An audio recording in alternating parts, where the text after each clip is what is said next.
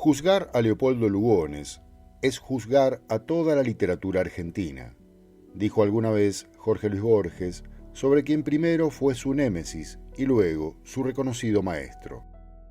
El escritor nacido en Córdoba era el epítome de todo lo que para Borges había que superar o matar literariamente a principios del siglo XX, en la ciudad de Buenos Aires que surgía de la aldea decimonónica. Más tarde, ya maduro, el porteño supo reconocer todo lo que el autor de libros clave de la narrativa y la poesía, como Las fuerzas extrañas y Lunario sentimental, representaba para la literatura en castellano.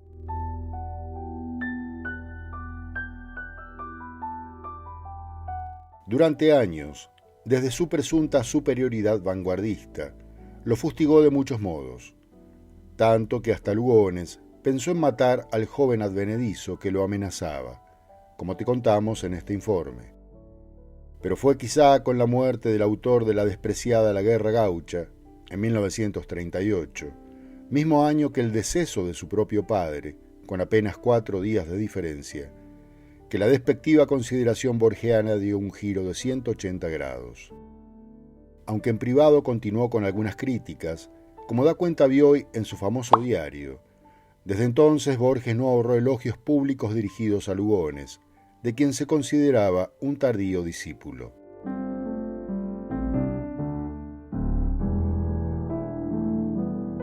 Yo solo soy un tardío discípulo de Lugones, en mi país, que fue a su vez un tardío discípulo de Poe, aseguraba el autor de ficciones en la entrevista de 1985. Estela Canto, quien conoció a Borges más o menos íntimamente, lo confirma en Buenos Aires a contraluz. Quería parecerse a Lugones, porque este era el poeta de moda entre los escritores jóvenes de entonces. Como Lugones, cantó a las lunas suburbanas, a patios, a las novias nostálgicas. Estaba prisionero en el damero interminable de Buenos Aires y creía que nunca iba a salir de él. Aseguraba quien fuera novia del escritor a mediados de la década de 1940.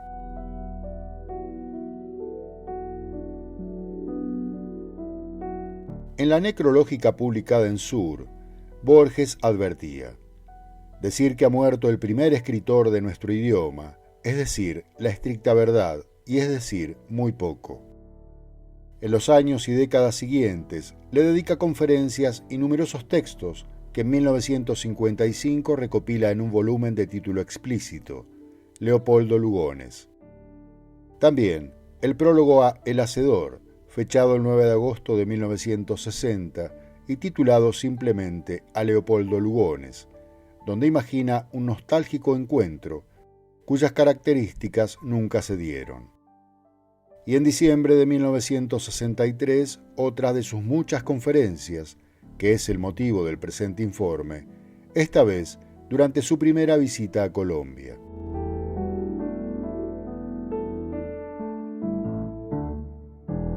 Para terminar, reproducimos en texto y audio aquella charla que tuvo lugar en Bogotá, donde Borges analiza el modernismo y los ejes sobre los cuales Leopoldo Lugones cimentó sus principales obras.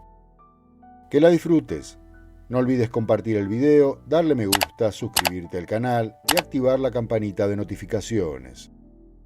Y por favor, mira alguno de los informes que se recomiendan al final de este. Muchas gracias.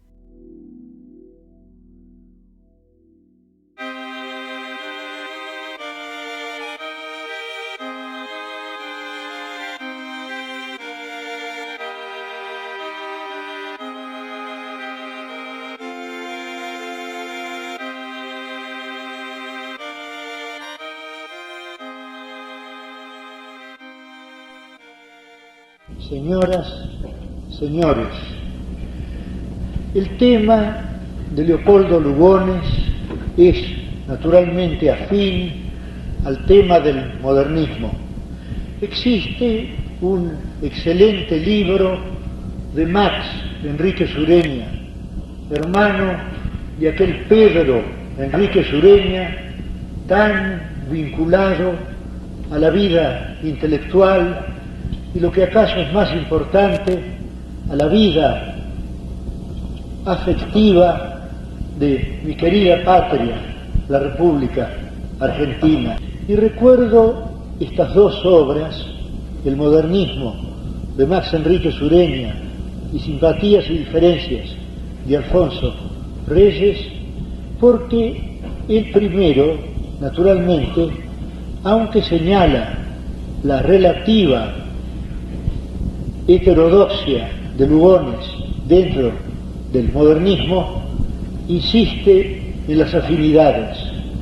Y en cuanto a lo segundo, quiero volver a repetir, y lo hago con agrado, una suerte de mea culpa, de culpa nuestra, que publiqué antes de la trágica muerte del maestro Leopoldo Lugones.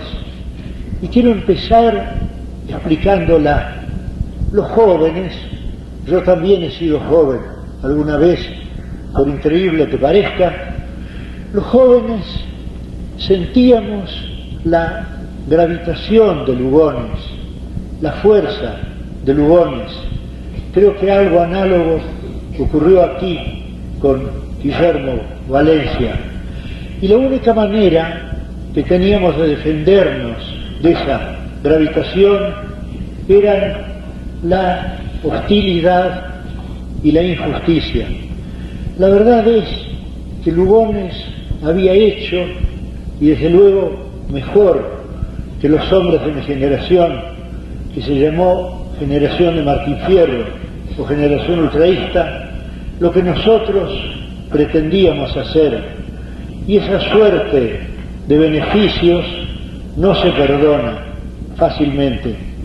Felizmente, antes que Lugones muriera, yo publiqué un artículo diciendo lo que Lugones tenía que sentir, que nuestra aparente hostilidad era una secreta veneración y casi adoración.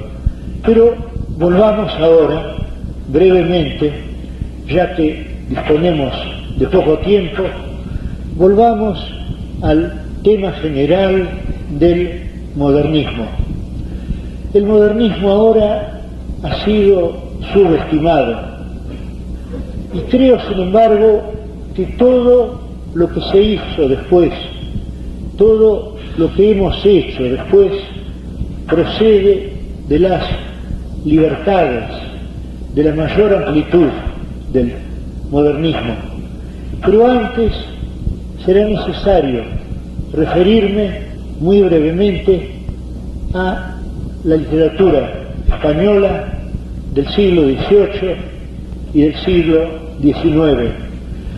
Ya una suerte de decadencia se inicia en el siglo XVII. Quiero decir, si comparamos una página de Quevedo con una página de Cervantes, posiblemente cada línea de Quevedo sea superior.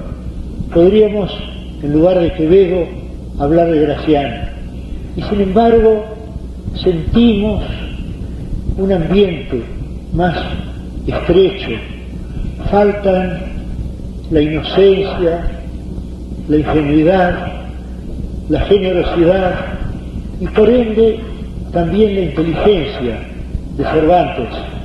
Es como si el escritor supiera demasiado lo que está haciendo, y esto corresponde a la decadencia política de España.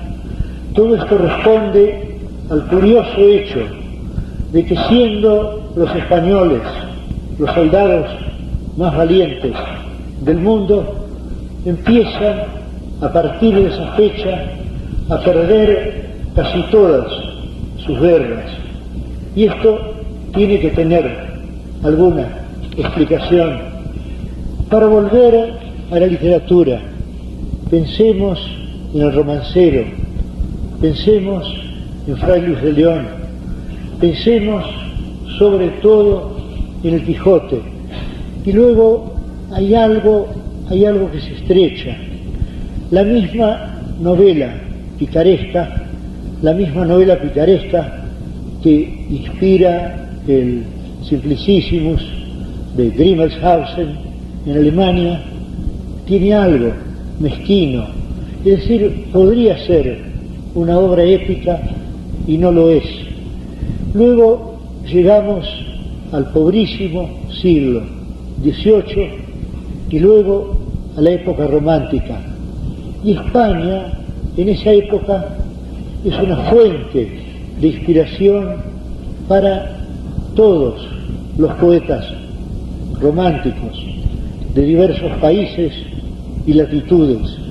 Y sin embargo, fuera de la excepción de Becker, que de algún modo es un espejo del poeta judeo-alemán Heine, fuera de Becker, lo que se llama poesía romántica española es una poesía que carece de intimidad, sigue siendo una poesía retórica. Pero más curioso aún es lo que sucede con la gloriosa literatura clásica española. No se la lee o se la lee de un modo muy curioso. Es como si los lectores del siglo XIX creyeran que la máxima virtud de Cervantes no radicara en la tierna invención de Quijote y de Sancho, sino en los proverbios intercalados en la obra. Casi se hace del Quijote una obra de valor paremiológico, o si no, se imitan los arcaísmos de la obra, es decir, los que no eran arcaísmos cuando Cervantes los usó y los que fueron arcaísmos después. Y era necesario reaccionar contra todo esto, y surge el modernismo. Y como señala Max Enrique Sureña, y debemos enorgullecernos de ello, esa renovación antes de llegar a España, donde produce poetas ciertamente gloriosos. Básteme recordar a Manuel Machado, Antonio Machado, a Juan Ramón Jiménez, el catálogo podría ser casi infinito. Esa renovación se produce de este lado del Atlántico y no del otro. Y hay diversas explicaciones de este hecho. Una de carácter paradójico, y es que aquí estábamos más cerca de Europa que lo que España está del resto de Europa. Luego había razones de índole política y militar, y luego también, creo que esto es lo más importante, una suerte de hospitalidad del alma americana. Creo que si comparamos América no solo con España, sino con cualquier otra nación europea, notaremos que estas naciones, por obra desde luego de su propia riqueza tradicional, son un tanto provincianas. En cambio, ninguna nación sudamericana, hispanoamericana, cree que le basta con su propia tradición, desea, apetece el universo, la suma del espacio y del tiempo. Y en el norte del continente ocurre lo propio.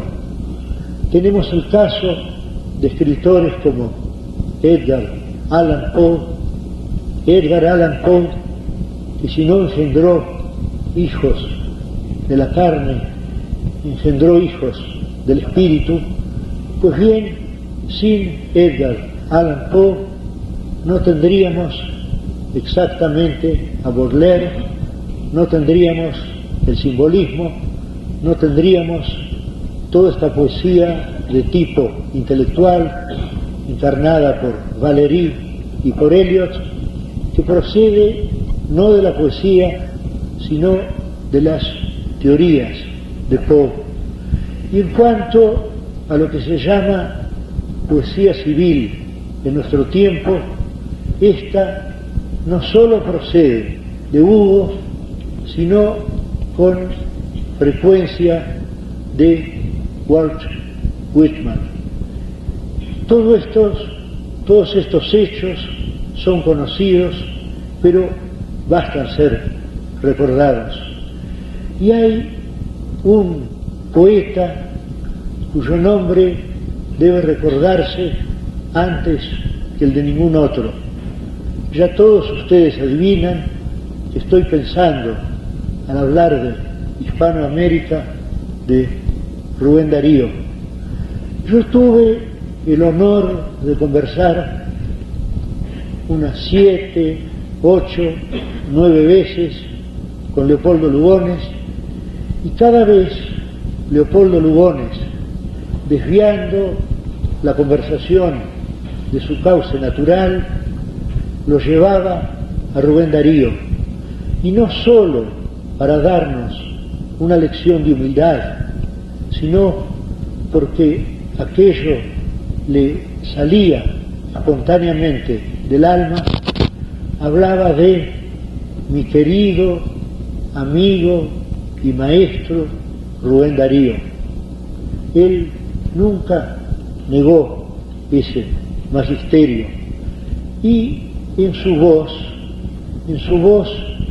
que no buscaba la intimidad, sino que más bien la rehuía, porque Lugones era fácilmente dogmático, se traslucía, sin embargo, la nostalgia, no sólo del magisterio, sino de aquella amistad perdida. Y llegamos ahora a la obra de Lugones, obra que tendré que reseñar muy brevemente por razones obvias de tiempo. El año 1897 aparecen en Buenos Aires las montañas del oro, y hay un poema al principio en el cual se enumeran, no por el azar, sino deliberadamente, 4 grandes poetas, y esos 4 nombres ejemplares son, en orden cronológico, el nombre de Homero, a quien Lugones traduciría después como Alfonso Reyes lo hizo; el nombre de Dante, Lugones en el Lunario Sentimental habla de Dante, dice aquello de abuelo arduo y conciso, por cuyo paraíso nunca pasó un pedante. Luego tenemos el nombre de Hugo y el nombre de Walt Whitman. Pero es curioso que al elogiar a Hugo, al decir Whitman es el glorioso trabajador del roble, Whitman entona un canto serenamente noble, él adora la vida que irrumpe en toda siembra, el grande amor que labra los flancos de la hembra, y todo cuanto es siembra, creación, universo, se abre en las vértebras enormes de su verso, lo hace no con el tono de Whitman, sino con el tono de Víctor Hugo. Luego aparecen libros distintos. Hay un poema en verso libre, en las montañas del oro, el himno de las torres. Ahí vuelven los grandes nombres de Hugo y de Walt Whitman. Y luego se publica un libro de cuentos fantásticos. Cuando yo con menor fortuna que Lugones, evidentemente, ensayé el cuento fantástico en aquellas colecciones que se titulan El Aleph y Ficciones.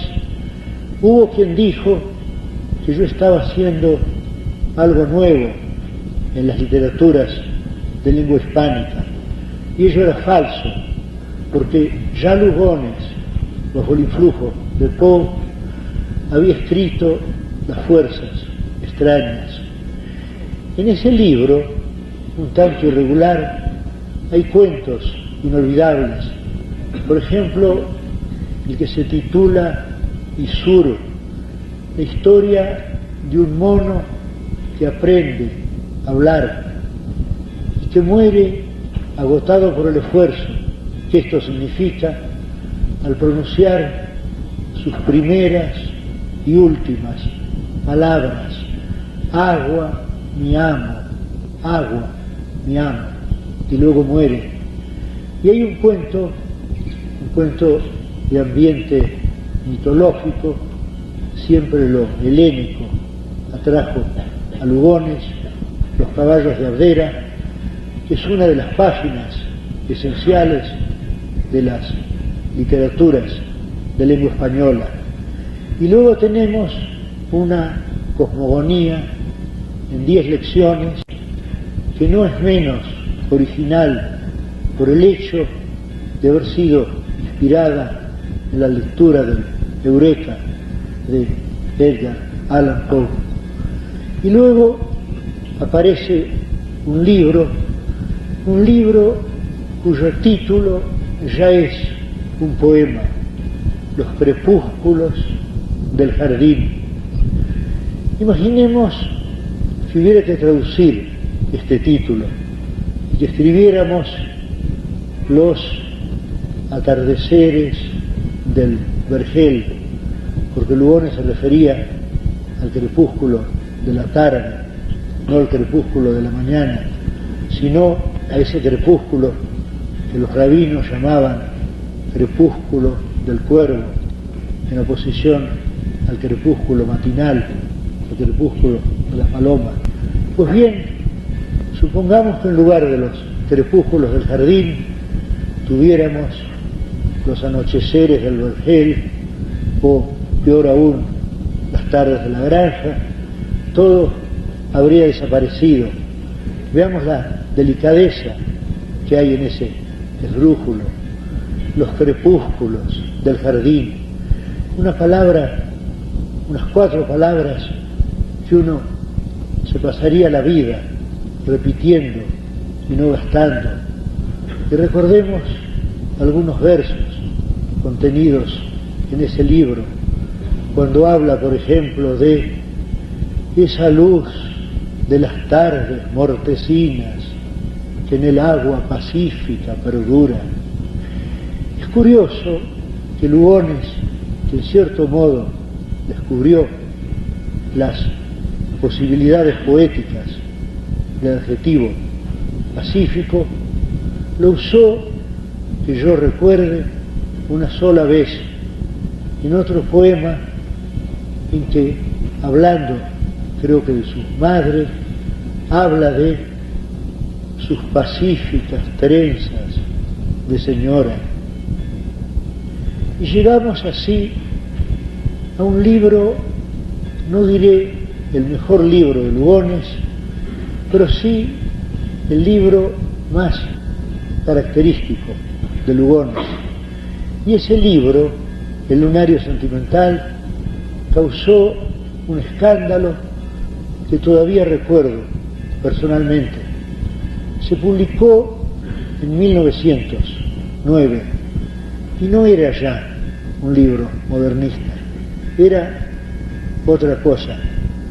Cuando Lugones escribió Los crepúsculos del jardín, había leído evidentemente a Albert Samin, pero en las últimas páginas hay un poema en el cual está prefigurado el lunario sentimental, y en el lunario sentimental de 1909 hay un prólogo polémico, y voy a detenerme en ese prólogo que incluía una suerte de programa revolucionario. Ahora bien, Lugones, en las montañas del Oro, había mencionado a esos 4 grandes poetas: Homero, Dante, Whitman y Hugo. Y en el prólogo del Lunario Sentimental desaparece, sin duda voluntariamente, un nombre, el nombre de Whitman.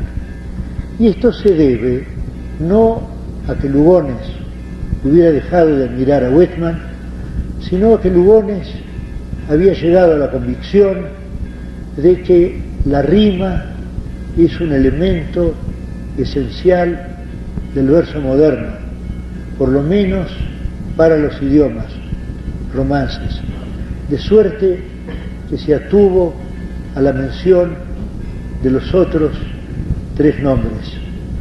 Lugones, en este prólogo, propone una triple renovación de la poesía española y empieza estudiando el caso de los metros. Dice, usando la terminología darwinista de la época, que los metros aceptados por todo el mundo corresponden al survival of the fittest, a la supervivencia de los más aptos, y son ciertamente respetables como organismos triunfantes. Pero recuerda lo que muchos suelen olvidar, es decir, que lo que se llama tradición está constituida por una serie de innovaciones que luego a su vez integran las revoluciones. Lugones era muy amigo del gran poeta boliviano Ricardo Jaime Freire, que fue acaso el primero que ensayó en español temas de la mitología escandinava en su Castalia Bárbara. Jaime Freire había publicado un estudio completado después por Enrique Sureña sobre la versificación española, y ahí se señala cómo el mismo verso octosílabo, tan natural al parecer, vacila y tropieza en los primeros romances. Y ahora me permitiré intercalar un recuerdo personal en esta conversación o conferencia. Yo era amigo de un payador, es decir, de un poeta popular del suburbio de Buenos Aires, que había sido amigo de Evaristo Arriego, primer espectador del suburbio de Buenos Aires, que estaba orgulloso de esa amistad y que era capaz de improvisar pésimamente e interminablemente versos octosílabos. Tenía el oído hecho para el octosílabo. Leía los alejandrinos y los endecasílabos de Carriego como si fueran octosílabos excesivos y mal medidos. Leía tratando de admirarlos, ya que había sido amigo de Carriego, y luego con cierta lástima me decía: como usted ve, el mozo no se esmeraba, porque creía que los alejandrinos de Carriego eran octosílabos, mal medidos. Y lo mismo sucedió, nos recuerda Lugones, con aquellos literatos españoles, Cristóbal de Castillejo y otros, que se indignaron con el endecasílabo, que lo encontraron demasiado largo. Y lo mismo ocurrió después con quienes opusieron al nombre de Góngora el nombre de Garcilaso, como si Garcilaso hubiera sido posible, como si Góngora hubiera sido posible, quiero decir, sin Garcilaso. Es decir, las revoluciones, cuando son genuinas, son fecundas, porque todas ellas enriquecen la tradición. Lugones escribió su Lunario Sentimental en lo que un retórico llamaría silvas, salvo que hay versos tan extensos y de método tan nuevo que todavía no se ha inventado una palabra para ellos. Introdujo, además, como Rubén Darío lo había hecho, una música nueva en el idioma español, y esto debemos agradecerlo. Por ejemplo, ligero sueño de los crepúsculos, suave como la negra madurez del higo, sueño lunar que se goza consigo mismo, como en su propia ala duerme el ave. Todavía no estamos del todo acostumbrados a pronunciar versos en que hay esta delectación morosa, podríamos decir, como en su propia ala duerme el ave, y que sin embargo llevan una nueva música al español. Podría decirse que todo esto procede en parte de Verlaine, como las montañas del oro habían procedido en parte de Hugo y acaso en parte de Almafuerte. Pero esto es del todo injusto. La obra de Hugo, la obra de Almafuerte, la obra de Verlaine estaban al alcance de todos. Sin embargo, nadie escribió versos como estos, o como aquel verso inolvidable de Rubén Darío: la princesa está pálida en su cilia de oro, o como aquellos versos de Jaime Freire: peregrina paloma imaginaria que enardeces los últimos amores, alma de luz, de música y de flores, peregrina paloma imaginaria. Y tomemos un caso hipotético. Todos, creo, conocemos y gustamos la belleza de la poesía inglesa o de la belleza alemana, y sin embargo, si uno de nosotros pudiera escribir con palabras españolas un poema de música inglesa o alemana, sería, creo, no menos importante que Darío o que Lugones. La poesía española había decaído, convenía renovarla, y esa renovación, iniciada por Rubén Darío, fue tan vasta que nombres que para un francés serían antagónicos podían unirse en español. Quiero decir que cuando Darío escribe con Hugo fuerte y con Verlaine ambiguo, no está buscando un fácil contraste. Ambas cosas eran ciertas, y sin embargo, en Francia o en Bélgica, quienes admiraban a Verlaine solían abominar de Hugo, y Verlaine, que empezó siendo parnasiano como Valencia, llegó a ser simbolista, y sin duda pensó en sus primeros versos parnasianos o semiparnasianos como algo que había dejado atrás. Pero dentro de la poesía española fue necesario introducir casi a un tiempo estas diversas revoluciones y evoluciones de la poesía francesa